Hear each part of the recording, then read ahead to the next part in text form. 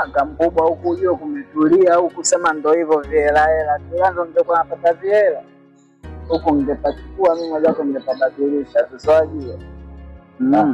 Bwana Mungu namuomba Mungu ajalie. Pate hela unaposema. Lazoni. Vipi msela? Matawa. Chewa so. Dabuda usi. Wala mpo maskani.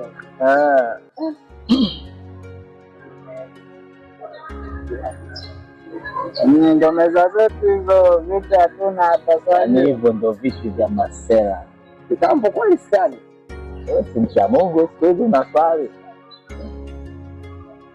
Una mwenzi mtume nini hivi nimekuona wasoma Qur'ani nasema Shanza watu. Wangu nimepita geto pale. Kumbe amko mko maskani. Tumekuja kutulia bichi kwa sababu unajua huko ndo kila kitu babangu. Mungu tusafari hii. Sana kitambo. Wewe sasa mwashikaji nimekuja hapa pamoja. Ndio. Kuna fursa imetokea.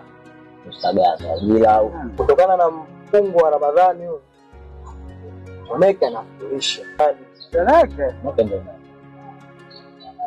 Choneke ndio yule tulomkaba siku ile usiku. Anafurisha magharibi. Baada swala saa 12. Usiniambie. Ile swala tunafanyia mnaofunga sisi tusiofunga. Au mwangu anapenda kujirudisha nyuma ujue kama mfuko wa shati. Sasa washikaji, kwa kuwa mimi nimekuja hapa na jambo hilo, sina muda mrefu wa kukaa hapa maskani kutoka nimefunga. Acha mimi nishapeleka. Baridi she.